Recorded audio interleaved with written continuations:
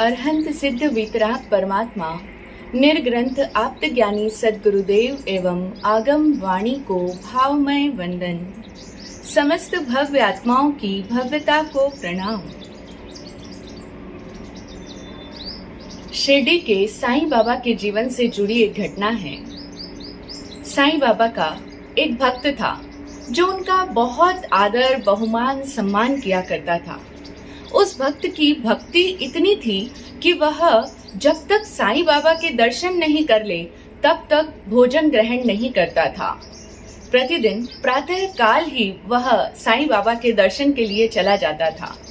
अगर किसी दिन साईं बाबा उसे नहीं मिलते, वे कहीं गए हुए होते या फिर किसी काम में व्यस्त होते, तो वह पूरे दिन भोजन नहीं करता था। एक दिन साईं बाबा ने उससे कहा कि तू ऐसा मत किया कर, मैं तुझे स्वतः ही दर्शन दे दिया करूंगा, मैं स्वयं ही तुझे दर्शन देने के लिए आ जाऊंगा। अंधा क्या चाहे दो नैन। भक्त तो यह सुनकर कि भगवान स्वयं उसे दर्शन दे दिया करेंगे, यह सुनकर बड़ा प्रसन्न हो गया और तभी उसने निवेदन किया कि भगवान कल हमारे यहाँ पर भोज का आयोजन है, आप उसमें अवश्य पधारें। साईं बाबा ने कहा ठीक है, मैं आ जाऊंगा। अगले दिन वह भक्त प्रातः काल से ही अपने गुरु साईं बाबा का इंतजार कर रहा है, प्रतीक्षा में बैठा है, लेकिन साईं बाबा नहीं आए। सुबह हो गई, सुबह से दोपहर भी हुई और दोपहर की शाम भी हो गई, लेकिन साईं बाबा आए ही नहीं। और जैसे जैसे दिन बढ़ता जा रहा था वैसे वैसे अब उस भक्त के भीतर का क्रोध भी बढ़ता जा रहा था। आ जाता है क्रोध, भक्त है ना, अपने भगवान पर भी क्रोध कर लेता है, शिष्य अपने गुरु पर भी क्रोधित हो जाता है, क्योंकि हर शिष्य को, हर भक्त को अपने भगवान और गुरु से अपेक्षा रहती है।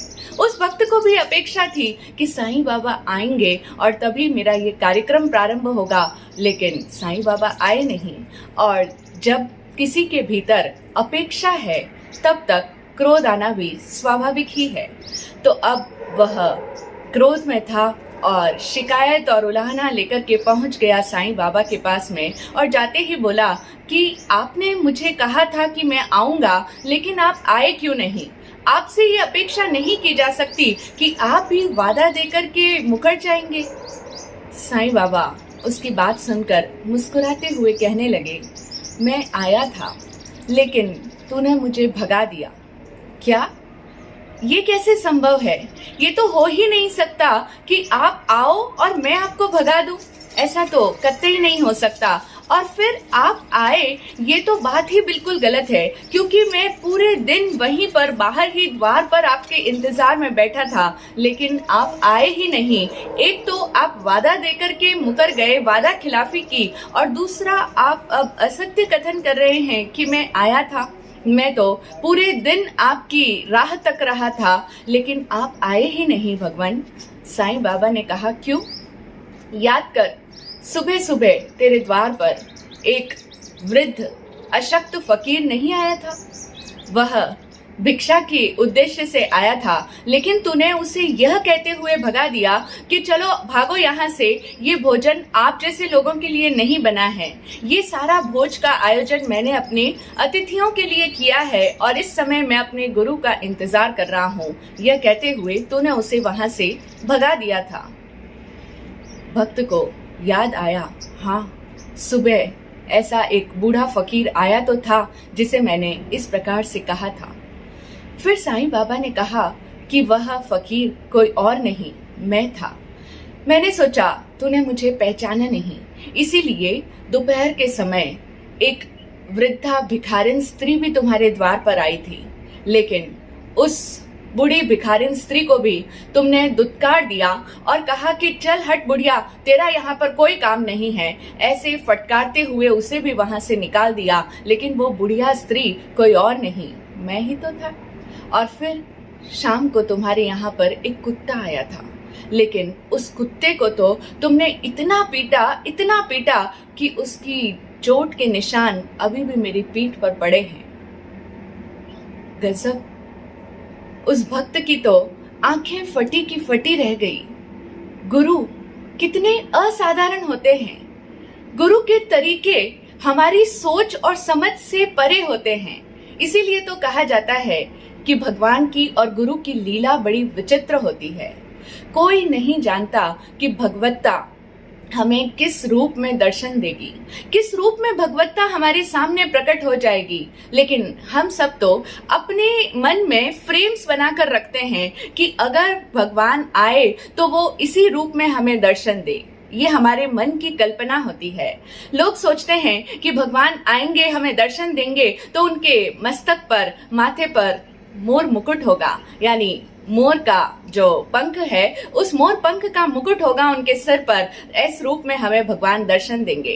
कोई सोचता है भगवान आएंगे तो उनके हाथ में तीर और धनुष होंगे। कोई सोचता है भगवान आएंगे उनके हाथ में त्रिशूल होगा, उनके तन पर भस्म रमाई हुई होगी। लेकिन नहीं, जरूरी नहीं कि भगवान हमेशा हमारी कल्पनाओं के अनुसार ही हमें दर्शन दे।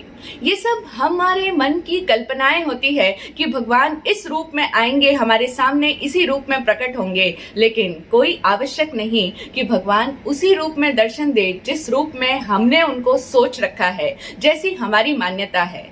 लेकिन हम सब के मन की एक सोच होती है, धारणा होती है। हम लोग ये मानकर चलते हैं कि अगर गुरु आएंगे तो सफेद वस्त्र धारण किए होंगे, हाथ में उनके झोली होगी, झोली में भिक्षा पात्र होंगे और तब हम उन्हें आहार बहराएंगे और तब हमारा 12वां अतिथि संविभाग का व्रत निपटेगा।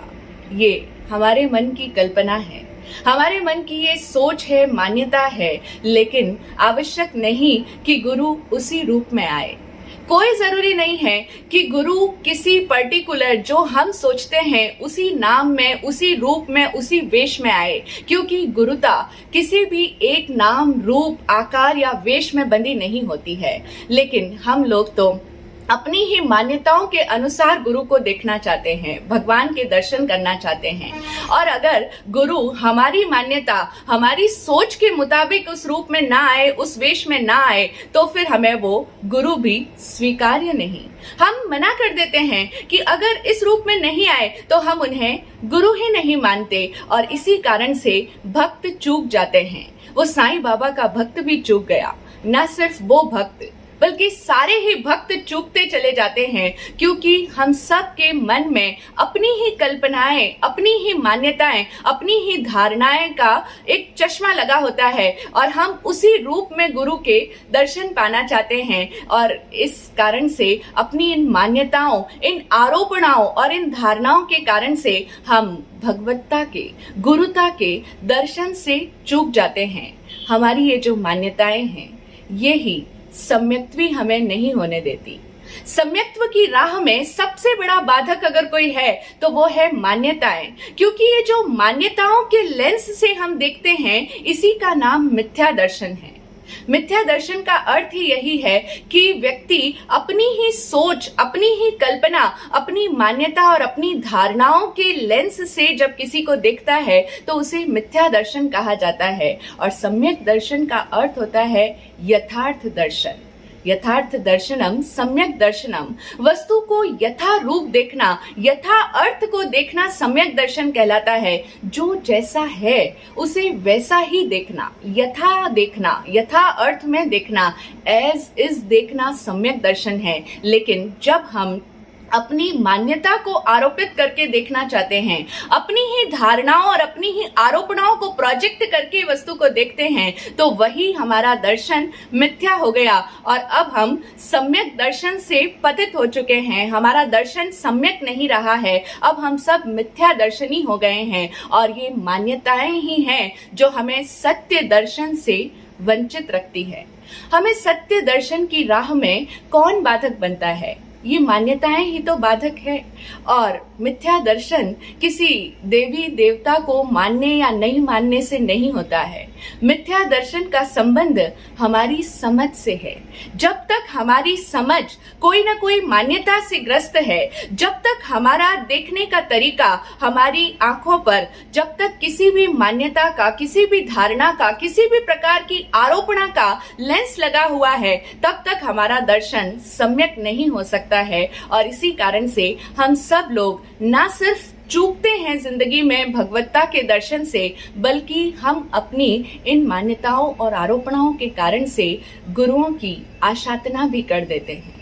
हमसे गुरु का अपमान, अविनय, तिरस्कार हो जाता है, क्योंकि हमारा दर्शन मिथ्या दर्शन है। अपनी मान्यताओं के रूप में ही हम गुरु को देखना चाहते हैं। अगर हमारी मान्यताओं के अकॉर्डिंग है तो ठीक है, अगर हमारी मान्यताओं के अनुसार वे दर्शन नहीं देते, उस रूप में नहीं है, या फिर उस तरीके से ज्ञान नहीं देते, तो वो हमें स्वीकार नहीं होता।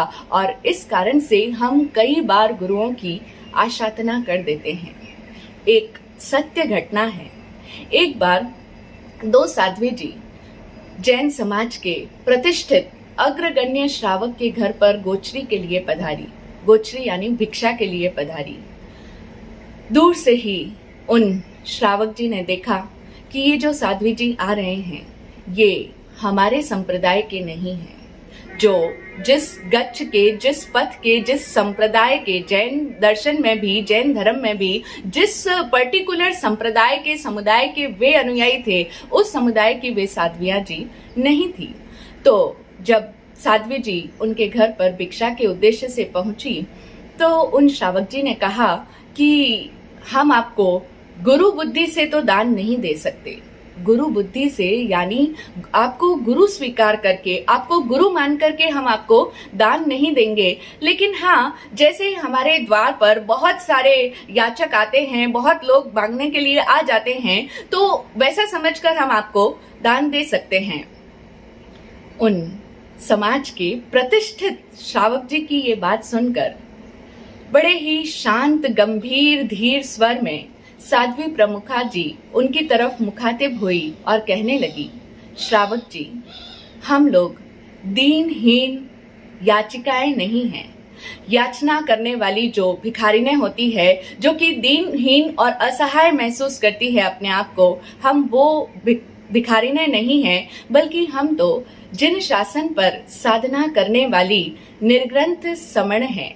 और हम इस समणा की साधना करते करते अभी तो साधना कर रहे हैं, लेकिन साधना करते करते जिस दिन ज्ञान को उपलब्ध हो जाएंगी, उस दिन स्वतः ही गुरु हो जाएगी। रही बात गुरु बुद्धि से दान देने की, गुरु स्वीकार करने की, तो हम आपसे ये नहीं कहते कि आप हमें गुरु मानिए, लेकिन अगर आपके यहाँ पर साधर्मी वात्सल्य का प्रावधान होता, अगर साधर्मी वात्सल्य का कोई प्रोविजन होता, तो हमारे जीवन की अनिवार्य आवश्यकता की पूर्ति हो जाती। इतना कहा और उन्हें कल्याण हो का आशीर्वाद देते हुए साध्वी जी वहां से प्रस्थान कर गई। ये घटना हम देखें कि कैसे कैसे कैसे तरीकों से हम लोग साधु साध्वी भगवंतों की आशातना कर देते हैं, उनका अपमान कर देते हैं, उन्हें तिरस्कृत कर देते हैं, और हमें ख्याल भी नहीं आता कि हम उनका अपमान कर रहे हैं। क्योंकि वो श्रावक जी इस मान्यता से ग्रस्त थे, उनकी ऐसी धारणा थी कि जो साधु साध्वी भगवंत हमारे संप्रदाय के हैं, बस वे ही जैन धर्म के सच्चे साधु साध्वी जी हैं, वे ही जिन शासन की सम्यक चारित्र की सम्यक प्रकार से आराधना कर रहे हैं। बाकी सभी दूसरे संप्रदाय के जो भी साधु साध्वी हैं, वे तो शिथिलाचारी है, वे कठोर चारित्र का पालन नहीं करते, इसीलिए हम उन्हें गुरु भी नहीं मानते, वे तो गुरु कहलाने के लायक ही नहीं हैं। तो चूंकि वे अपनी इस मान्यता से ग्रस्त थे और इसी कारण से उन्होंने उन गुरुओं की, उन साध्वी भगवंतों की आशातना कर दी। ये हमारी जो दृष्टि है, जो कि दुनिया में सर्वत्र भेदभाव वाली दृष्टि है, हम दुनिया में सभी के साथ भेदभाव वाली दृष्टि ही अपनाते हैं। हम दुनिया के अंदर भेदभाव करते हैं अमीर और गरीब का, ये व्यक्ति बहुत धनवान है और ये तो बहुत ही गरीब व्यक्ति है। हम भेदभाव करते हैं सुंदर और कुरूप का, हम भेदभाव करते हैं शिक्षित और अशिक्षित का, पढ़े लिखों का और अनपढ़ लोगों का। तो ये जो भेदभाव हमारी दृष्टि में बसा हुआ है कि किसी को तो हम बहुत श्रेष्ठ मानते हैं और कोई हमारी नजरों में हीन होता है, तुच्छ होता है, बहुत ही छोटा और हल्के दर्जे का व्यक्ति होता है। ये जो भेदभाव हमारी दृष्टि में बसा हुआ है, यही भेदभाव हम गुरुओं के साथ में भी कर लेते हैं, क्योंकि दृष्टि वही है ना। हाँ, हम गुरुओं के साथ में भी भेदभाव करते हैं। हम सोचते हैं कि ये तो बहुत बड़े गुरु हैं, जिनका बहुत नाम है, जो बहुत ऊंचे पोस्ट पर पहुंच गए हैं और जिनके पीछे लाखों की संख्या में जिनके अनुयायी है, अथवा सबके अपने अपने मापदंड है, जैसे कि उन श्रावक जी के थे कि जो हमारे संप्रदाय के हैं बस वही कठोर क्रिया का पालन करते हैं, तो इसीलिए वे ही गुरु हैं। बाकी अन्य श्रेष्ठ साधु साध्वी जी कोई गुरु कहलाने के लायक ही नहीं है। तो हमारी ये सोच होती है, हमारी ये मान्यता होती है कि ये बड़े गुरु हैं और बाकी दूसरे दो सामान्य गुरु है, ये तो बहुत छोटे हैं। तो इस तरीके से गुरुओं में भी हम बड़े छोटे का भेदभाव कर लेते हैं। लोग कई बार आते हैं और गुरु महाराज से निवेदन करते हैं, विनती करते हैं, बहुत रिक्वेस्ट करते हैं कि गुरु महाराज हमारे घर पर पगलिया कीजिए, आपको हमारे घर पर तो पधारना ही होगा।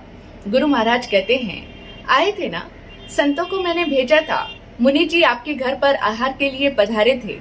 लेकिन वे लोग कहते हैं, नहीं महाराज साहब, वो तो छोटे संत आए थे, आपको मेरे घर पर पगलिए करने हैं। होता है ना ऐसा? शायद आप लोग भी उसी कैटेगरी के होंगे कि जो बड़े गुरु महाराज से इस तरह की रिक्वेस्ट करते हैं कि वो तो छोटे संत पधारे थे, आपको हमारे घर पर पगलिए करने ही होंगे। ये क्यों वे इस तरीके से कहते हैं? क्योंकि उन्हें ऐसा लगता है कि बड़े संत हमारे घर पर आएंगे तो ही हमें लाभ मिलेगा, तो हमें ज्यादा लाभ मिलेगा, तो हमें फायदा होगा। इस तरीके से ये जो मन के भीतर लाभ और लोभ बसा हुआ है, और जो हमारी दृष्टि ये भेदभाव वाली दृष्टि है कि अगर छोटे मुनिराज आए हैं तो वो छोटे मुनिराज आए तो उनकी कोई वैल्यू नहीं, लेकिन बड़े महाराज हमारे घर पर पगलिया करने के लिए पधारे, उनकी हम बड़ी इज्जत करते हैं, उनका बड़ा आदर है, उनका बड़ा सम्मान है। इसी तरीके से समाज में देखें, जो भी बड़े साधु साध्वी, लोगों की नजर में जो बड़े साधु साध्वी कहलाते हैं, उनकी तो हर श्रावक सेवा करेगा, उनकी व्यावच पूरी तरीके से की जाएगी, उनकी हर आवश्यकता का ध्यान रखा जाएगा, ख्याल किया जाएगा। लेकिन जो दूसरे साधु साध्वी जी हैं, उनकी आवश्यकताओं के लिए कोई भी श्रावक ध्यान देने को तैयार नहीं है, क्योंकि उनका सारा ध्यान तो बड़े महाराज पर टिका हुआ है। इसी तरीके से भेदभाव के कितने कितने तरीके हमारी दृष्टि में बसे हुए हैं। हम देखें कि अगर कोई साधु तपस्वी है, बहुत तपस्या करते हैं, तो हमारे मन में क्या रहता है कि ये तपस्वी संत हमारे घर पर भिक्षा के लिए पधारे, उनको पालना कराऊंगा तो मुझे बहुत लाभ मिलेगा। लेकिन हम ये क्यों भूल जाते हैं कि आहार दान देने का लाभ किसको दे रहे हैं, उससे भी ज्यादा महत्वपूर्ण होता है कि हमारी भावना क्या है, देने वाला किस भाव से दे रहा है। और जब हम ये चाहते हैं कि तपस्वी महाराज को मैं आहार दान दूं, तपस्वी महाराज मेरे घर पर आए और उनका पालना मेरे द्वारा हो, तब हमारे भीतर ये लाभ और लोभ की भावना तो रही हुई ही है।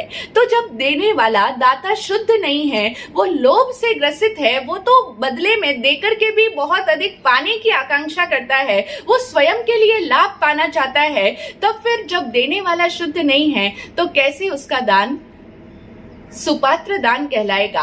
वे अवश्य सुपात्र है, वे तपस्वी है, लेकिन देने वाले की भावना कलुषित है, उसके मन में भेदभाव है। और हम सभी लोग ऐसा भेदभाव रखते हैं। तपस्वी महाराज पाड़ने के लिए पधारे, और अगर सामान्य संत गोचरी के लिए आए हैं तो कोई बड़ी बात नहीं हुई, वो तो मुनि महाराज रोज ही पधारते हैं। विशेष बात तब होती है जब कोई तपस्वी संत का पारना हमारे यहाँ से हो। तो इस तरह से हम देखें कितने सारे भेदभाव के तरीके हमारी दृष्टि में घुसे हैं। ये भेदभाव वाली दृष्टि दुनिया में तो सबके साथ में भेदभाव करती ही है, लेकिन चूंकि दृष्टि में ही ये भेदभाव बसा है ना, ये जो मिथ्या दर्शन हमारे दर्शन में ही घुसा हुआ है, हमारी समझ में घुसा हुआ है कि किसी को बड़ा मानना और किसी को छोटा मानना, अपनी मान्यताओं में जो फिट बैठे, हमारी धारणाओं के, हमारी कल्पनाओं के अकॉर्डिंग जो चलता है वही ठीक है और बाकी सब ठीक नहीं है। तो ये जो हमारी मान्यताएं हैं, ये जो हमारा भेदभाव है, इस कारण से हम गुरुओं की आशातना कर डालते हैं। भेदभाव करने के, गुरुओं में भेदभाव करने के कितने सारे तरीके हैं। ये मेरे गुरु हैं, ये तुम्हारे गुरु हैं, ये हमारी संप्रदाय के गुरु महाराज है, ये तुम्हारी संप्रदाय के गुरु महाराज है। और अनेकों ऐसे क्षेत्र है जहां पर लोग हमारी संप्रदाय के अगर महाराज आए तो उन्हें भिक्षा देंगे, उनकी सार सुविधा की, उनकी सार संभाल कर लेंगे। लेकिन अगर कोई दूसरी संप्रदाय के साधु साध्वी जी भगवान पधार जाए तो उनकी आवश्यकता के लिए कोई ध्यान देने को ही तैयार नहीं है। ये मेरा, ये तेरा, ये बड़ा, ये छोटा, ये तपस्वी, ये साधारण साधु, इस प्रकार से हम कितने भेदभाव करते हैं। और जो साधु अगर कोई उम्र में छोटा हो तो उन्हें देखकर भी हमारे मन में क्या आता है, ये तो बाल मुनि है, ये तो बाल संत है, बहुत छोटे से संत है। ये जो हमारे मन में आया कि ये छोटे संत है, ये दृष्टिकोण ही हमारा गलत है, ये मिथ्या दर्शन है। क्योंकि कहते हैं कि जिस तरह से शेर का बच्चा छोटा हो तो भी उसे छोटा नहीं समझना, उसी प्रकार से साधु छोटा हो तो भी उसे छोटा नहीं मानना। ये छोटा और बड़ा, ये जो बड़े छोटे का भाव है, यही भाव गलत है। और इसी भाव के कारण हमसे कई बार, अनेकों बार साधु संतों की, फकीरों की, जिसे दूसरी भाषा में फकीर कहा जाता है, साधु संतों को, उनकी आशातना हो जाती है। और जो भी व्यक्ति सम्यक्त्वी होना चाहता है, सम्यक दर्शन प्राप्त करना चाहता है, सम्यक दर्शन को उपलब्ध होना चाहता है, तो वह सम्मतम प्रार्थना करते हुए स्वयं से ये कहे, स्वयं को ये इंस्ट्रक्शन दे कि अब से मेरे द्वारा ऐसी कोई गलती ना हो, मेरे द्वारा किसी भी गरीब और फकीर की अवहेलना ना हो। कोई फकीर हो, कोई साधु महाराज हो, किसी भी मापदंड के कारण से, किसी भी अपनी मान्यता के आरोपणा के कारण से हम किसी भी फकीर की, किसी भी साधु की अवहेलना ना करें, उनका अपमान ना करें। लेकिन कर लेते हैं हम लोग साधुओं की आशातना, और इस तरह से उनका अपमान करके, उनके प्रति भेदभाव वाली दृष्टि अपना करके, उनके प्रति भी मान्यताओं से सपक्ष होकर के हम अनंत पाप कर्मों का उपार्जन कर लेते हैं। लेकिन अब से हम अपने आप से कहें कि अब मैं ऐसी गलती नहीं करूंगा। आज दिन तक समझ नहीं थी, दर्शन मिथ्या था, लेकिन अब मैं अपने दर्शन को सम्यक बनाने का प्रयास करता हूँ। और इसीलिए प्रतिदिन साधक अपने आप को ये इंस्ट्रक्शन दे कि गरीब और फकीर की अवहेलना ना हो। यहाँ तो फकीरों की भी अवहेलना होती है, तो फिर गरीबों की अवहेलना, गरीबों का तिरस्कार हमसे ना हो, ऐसा तो कैसे संभव हो सकता है। जब हम फकीरों के प्रति भी भेदभाव रख लेते हैं तो इस दुनिया में किसी गरीब को देख करके हम उसके प्रति भेदभाव ना अपनाएं, उसके प्रति हमारा एटीट्यूड ना बदले, ऐसा कैसे हो सकता है। क्योंकि हम तो वो अपनी उस सुपीरियरिटी में जीते हैं कि हम तो श्रेष्ठ हैं, अथवा कोई है जो श्रेष्ठ है। ये जब किसी को श्रेष्ठ माना तो किसी को हीन भी माना। और इसीलिए निर्धनों की, गरीबों की, भिखारियों की हमसे आशातना हो जाती है, अवहेलना हो जाती है। बहुत भिखारी आते हैं हम सबके द्वार पर, अनेकों लोग आते हैं भीख मांगने के लिए, लेकिन कितनी बार हम उन्हें कुछ देते हैं और कितनी बार हम लोग उन्हें दुत्कार देते हैं, उन्हें फटकार देते हैं, चलो आगे जाओ यहाँ से। कई लोग तो बिना मांगे उन्हें बहुत सारी सलाह भी दे देते हैं। लोग कहते हैं इतने अच्छे हो, स्वस्थ हो, तगड़े हो, हट्टे कट्टे हो, फिर ये भीख क्यों मांगते हो, तुम्हें भी कुछ काम करना चाहिए, जाओ कुछ काम करो, समाज में इज्जतदार इंसान कहलाओ। इस तरह से वे उन भिखारियों को सलाह देते हैं। हम कहेंगे सलाह तो अच्छी ही दे रहे हैं, सलाह देना कोई गलत नहीं है, लेकिन याद रखें अगर बिना मांगे सलाह भी दी जाए तो वह गलत ही होती है, तो वह व्यर्थ अनावश्यक वचन ही कहलाता है। इसीलिए बिना मांगे हम उन्हें सलाह ना दें और ना ही उन्हें दुत्कारें, ना ही उन्हें फटकारें। और अगर हमें उनको कुछ नहीं देना है, हमारा मन नहीं है कि हम उन्हें कुछ दें, तो भी हम कम से कम उनका अपमान तो ना करें, उन्हें फटकारें तो नहीं, उनका तिरस्कार तो ना करें। अनेकों बार हमसे ये प्रश्न किया गया कि क्या करें महाराज साहब, हमारी दुकान पर, जिस मार्केट में हम बैठते हैं, वहां पर बहुत सारे लोग आ जाते हैं मांगने के लिए। तो कई लोग तो उनमें भिखारी होते हैं और कई बार ऐसे बाबा साधु लोग होते हैं जो अपने आप को साधु कहते हैं, क्योंकि हम तो उन्हें साधु नहीं मानते। वही बात, क्योंकि हमारी मान्यता के अनुसार तो वे साधुता की उस परिभाषा में फिट नहीं बैठते, लेकिन वो कहते हैं कि हम भी साधु हैं, हम भी धर्म का पालन करते हैं, तो हमारे पेट का पालन करने के लिए, हमारा पेट भरने के लिए कुछ तुम सहायता कर दो। वे हमसे मदद मांगते हैं और अगर हम उन्हें कुछ देते हैं, उन्हें कुछ खिलाते पिलाते हैं, तो हमारे बच्चे हम पर हंसते हैं। हमारे बच्चे कहते हैं कि पापा आप तो बहुत आसानी से बेवकूफ बना दिए जा रहे हो, क्योंकि आज की दुनिया में किसी का भी भरोसा नहीं करना चाहिए। आपको इन लोगों को कुछ भी देना नहीं चाहिए, क्योंकि ये लोग आपको ठग करके जा रहे हैं। इनके पास में पहले से ही बहुत होता है, फिर भी ये लोग मांगने के लिए आ जाते हैं। इनका तो काम ही मांगने का है। इस तरह से जब बच्चे हमसे कहते हैं तो हम भी सोचने को मजबूर हो जाते हैं कि क्या सच में ऐसा है? क्या हमें उन्हें देना चाहिए, उनको भोजन पानी कराना चाहिए या फिर नहीं कराना चाहिए? क्या हम ठगे जा रहे हैं? क्या वो हमें बेवकूफ बना रहे हैं? लेकिन यहाँ पर हम सदैव ये याद रखें कि इस दुनिया में ठगा वही जाता है जिसके भीतर लोभ होता है। आत्मज्ञानी पूज्य श्री विराट गुरुदेव का ये कथन है कि इस दुनिया में व्यक्ति अपने लोभ के अलावा और उसे कोई भी ठग ही नहीं सकता। व्यक्ति को अगर कोई ठगता है तो वो है उसका अपना लोभ। और अगर किसी को भोजन कराने में, किसी को कुछ देने में हमारे मन में कोई लोभ की भावना नहीं है, हम उससे बदले में कुछ पाने की अभिलाषा नहीं रखते हैं, तो फिर कोई भी हमें ठग नहीं सकता। सदैव ये सूत्र याद रखें कि इस दुनिया में हमें हमारे लोभ के अलावा और कोई नहीं ठग सकता है। तो इसीलिए अगर हमें उन्हें कुछ देना है तो दें, लेकिन कम से कम उनका अपमान तो ना करें। ये सूत्र हमेशा याद रखें। सम्मतम प्रार्थना का 7वां सूत्र कि किसी भी गरीब और फकीर की अवहेलना ना हो। क्या होता है जब हमसे किसी फकीर का अपमान हो जाए, किसी फकीर की अवहेलना हो जाए? एक सूफी फकीर थे और सूफी फकीर अपने परमात्मा को यार कहकर के संबोधित करते हैं। वे जो अपने परमात्मा की बंदगी करते हैं तो उसे अपने प्रेमी के रूप में, अपने यार के रूप में मान करके करते हैं। कोई अपने परमात्मा को किसी भी रूप में माने, किसी भी रूप में बंदगी करे, बंदगी यानी भक्ति करे, लेकिन महत्वपूर्ण होती है बंदगी करना। तो सूफी फकीर अपने परमात्मा को यार कह करके बुलाते हैं और आजकल के युवा बच्चे भी एक दूसरे को यार कहते हैं, एक दूसरे को अपना यार दोस्त बनाते हैं, यार कहते भी हैं। ऐसे ही एक यार, एक दूसरे के यार कहलाने वाले प्रेमी युगल, कॉलेज में पढ़ने वाले युवक और युवती बाइक पर सवार होकर के जा रहे थे। रास्ते में दुकान आई और वहां पर उन्होंने बाइक रोकी और सिगरेट पीने लगे।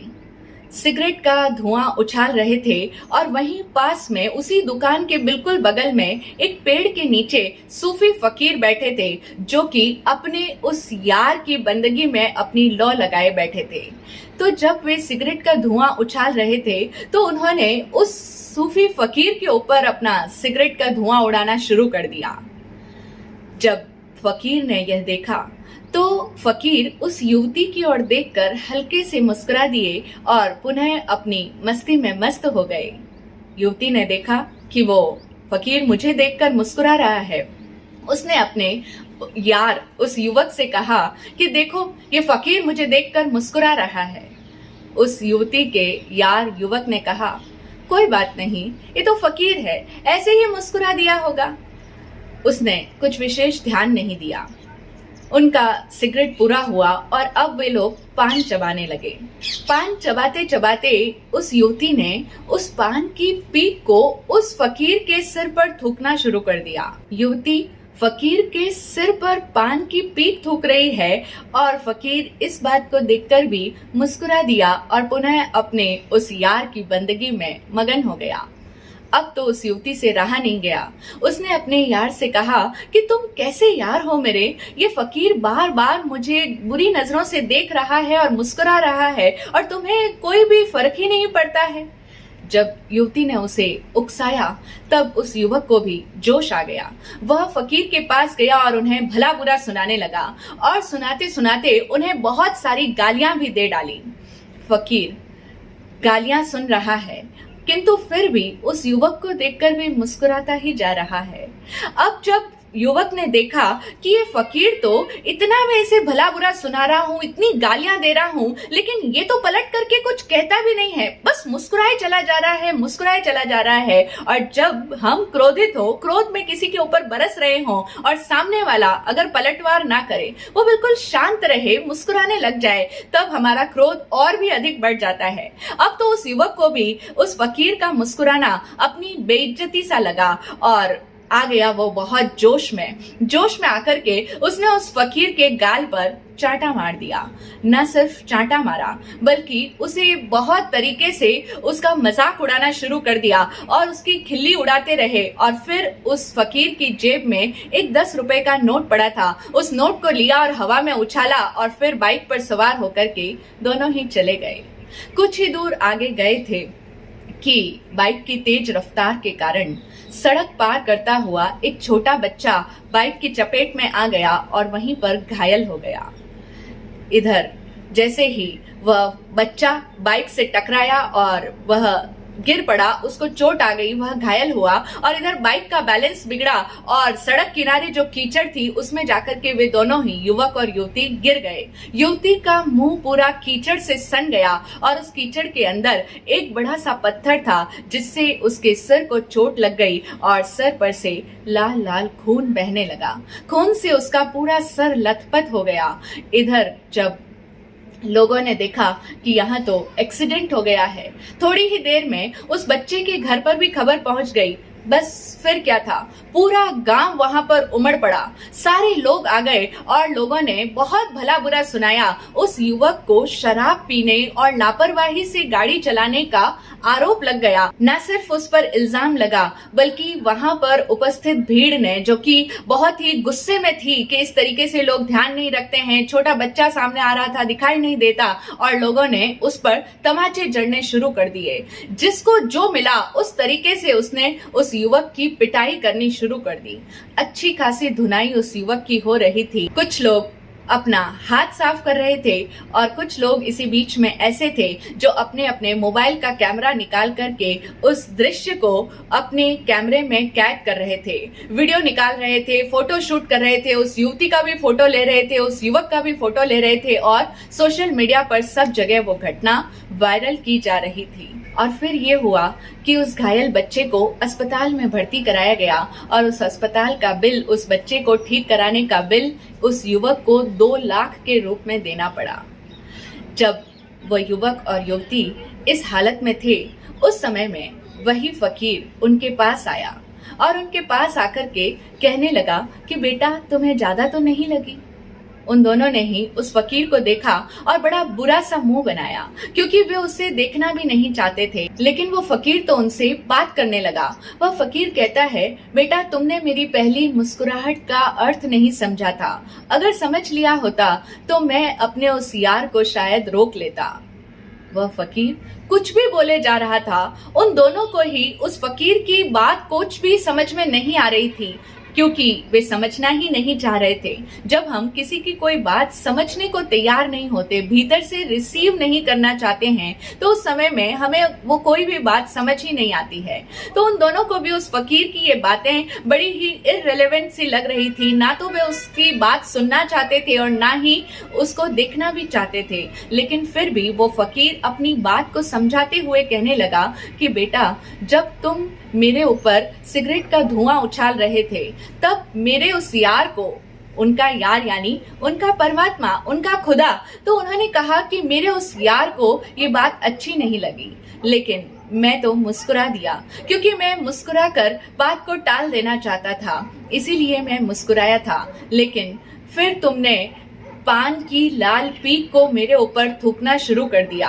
यह देखकर मेरे उस यार को और भी ज्यादा गुस्सा आ गया। लेकिन तब भी मैं मुस्कुरा दिया, क्योंकि मैं मुस्कुरा कर बात को वहीं पर शांत कर देना चाहता था। लेकिन तब तुमने अपने इस यार को उकसाया और तुम्हारे उकसाने से तुम्हारे यार ने मुझे बहुत गालियां सुनाई। मेरे यार को वो बात बिल्कुल भी अच्छी नहीं लगी। लेकिन इतना ही नहीं, तुम्हारे यार ने मेरे गाल पर चांटा भी जड़ दिया, और जब तुम्हारे यार ने मेरे गाल पर तमाचा जड़ दिया तो मेरे यार से रहा नहीं गया, अब उससे सहा नहीं गया। और इसी कारण से तुम जैसे ही आगे निकले कि तुम्हारा जो तुमने मेरे ऊपर धुआं उछाला था, उसके कारण से तुम्हारा मुंह पूरा कीचड़ से सन गया।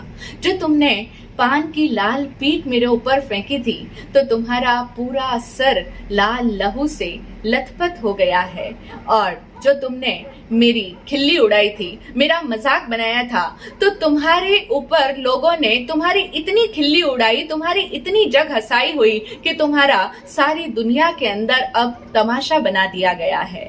तुमने मेरी जेब पर से जो 10 रुपए का नोट उछाला था, वह उसके बदले में तुम्हें 2 लाख अपनी जेब से देने पड़े। और तुमने जो मुझे ये गालियां दी थी, जो एक तमाचा मारा था, उसके बदले में तुम्हें तो इतने तमाचे पड़े, इतना पीटा गया, तुम्हारी इतनी धुनाई हुई कि जिसकी कोई गिनती ही नहीं है। तो क्या करूं बेटा, मेरे उस यार की यारी ही ऐसी है कि वो मुझे किसी भी दुख तकलीफ में देख नहीं सकता। अगर मुझे कोई जरा सी भी चोट पहुंचाता है तो मेरे उस यार को ये चीज अच्छी नहीं लगती है। ये सिर्फ एक कहानी नहीं है, ये जीवन का सत्य दर्शन है। अगर हम किसी भी फकीर की अवहेलना करते हैं, उनकी मजाक बनाते हैं, उन्हें किसी भी तरीके से कष्ट पहुंचाते हैं, तो जिंदगी उसका बदला हमसे अवश्य लेती है। इसी तरीके से उत्तराध्ययन सूत्र के 12वें अध्ययन में वर्णन आता है हरिकेशी बल मुनि का। एक बालक था, शूद्र जाति में पैदा हुआ, चांडाल कुल में, और उसका रंग रूप भी सुंदर नहीं था, बहुत ही काला कलूटा सा वह था, और उसका रूप भी ऐसा बीभत्स था कि कोई उसे देखना भी पसंद नहीं करता था। सब लोग उसका अपमान करते थे, उसकी खिल्ली उड़ाया करते थे, उसके रंग रूप को देखकर बड़े ही व्यंग्य किया करते थे।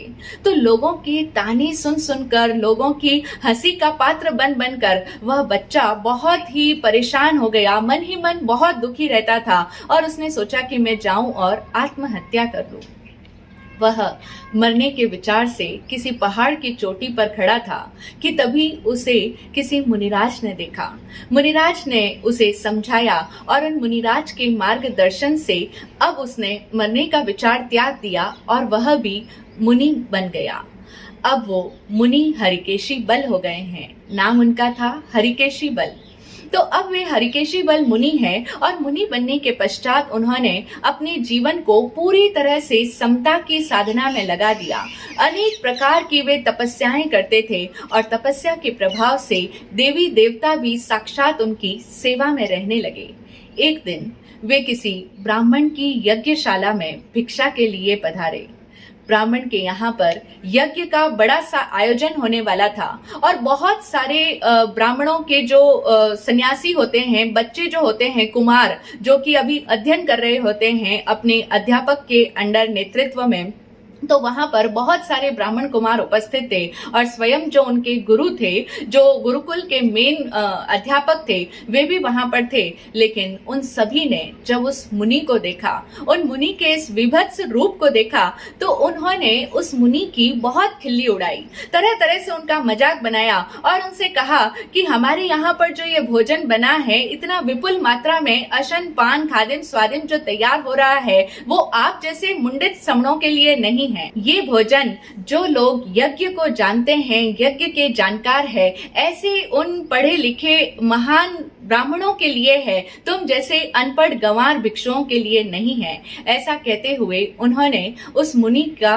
बहुत अपमान किया। उस मुनि को देख करके हंसने लगे। न सिर्फ हंसे, बल्कि उन्हें बहुत तरह तरह से उल्टे सीधे प्रश्न भी करने लगे। उन ब्राह्मण कुमारों द्वारा जो ये मुनि का अपमान हुआ, ये अपमान मुनि की सेवा में रहने वाले देवता को बर्दाश्त नहीं हुआ, और तब उस देवता के प्रभाव से अब वे सारे ही ब्राह्मण कुमार जो उनका अपमान कर रहे थे, जो उनकी खिल्ली उड़ा रहे थे, उन सब में भी किसी का मुंह टेढ़ा हो गया, किसी का मुंह से कुछ उल्टी करने लगे, कोई खून की उल्टियां कर रहा है, किसी को कुछ हो गया, किसी का हाथ टेढ़ा हो गया, कोई जहां था वहीं पर स्तंभित रह गया। इस तरह से उन सब ब्राह्मण कुमारों के जो उनकी मजाक उड़ा रहे थे, उनके भी चेहरे उस देवता की शक्ति के कारण से विभत्स बन गए। और तब जो उस मेन पुरोहित की पत्नी थी, अंदर घर के भीतर थी, उसे जब ये समाचार मिला तो वह बाहर आई और उसने कहा कि तुमने इन मुनि की जो आशातना की, इनका जो तुमने मजाक उड़ाया, इनका उपहास किया, उसी के कारण से तुम्हारी ये दुर्गति हुई है। क्योंकि ये साधु निर्ग्रंथ समण भिक्षु होते हैं और ये समता की साधना करने वाले होते हैं। इनके मन में चाहे तुम्हारे लिए कोई वैर, कोई दुर्भावना नहीं आई होगी, लेकिन उन मुनियों की सेवा में देवता लोग रहते हैं और उन्हीं देवता के प्रभाव से तुम्हारा ये हाल हुआ है। तो उत्तरायण सूत्र स्पष्ट कहता है कि अगर हम किसी भी साधु की किसी भी आधार पर अगर हम उनकी आशातना कर रहे हैं, चाहे उनके रंग रूप के कारण से, चाहे उनके वेश आकार के कारण से, अथवा हम उनके ज्ञान के आधार पर कि ये साधु तो बहुत ज्ञानी है इसलिए इनका सम्मान है और ये साधु बिल्कुल भी जानकार नहीं है, ये तो पढ़ लिख भी नहीं सकते हैं, इन्हें तो पढ़ना भी नहीं आता, बस सिर्फ सेवा करते हैं, तो ऐसा समझ करके अगर हम किसी साधु को छोटा मान रहे हैं तो हमारे द्वारा साधु की, फकीर की आशातना हमें बहुत भारी पड़ सकती है। क्योंकि किसी भी साधु, फकीर, महात्मा, संत अथवा गरीब की अवहेलना करने से, उन्हें फटकारने से, उनका तिरस्कार करने से हमारा दर्शन जो मिथ्या है वह तो है ही, लेकिन हमारे घोर पाप कर्मों का बंधन भी होता है। इसीलिए हम समझें और इस आशातना से बचें,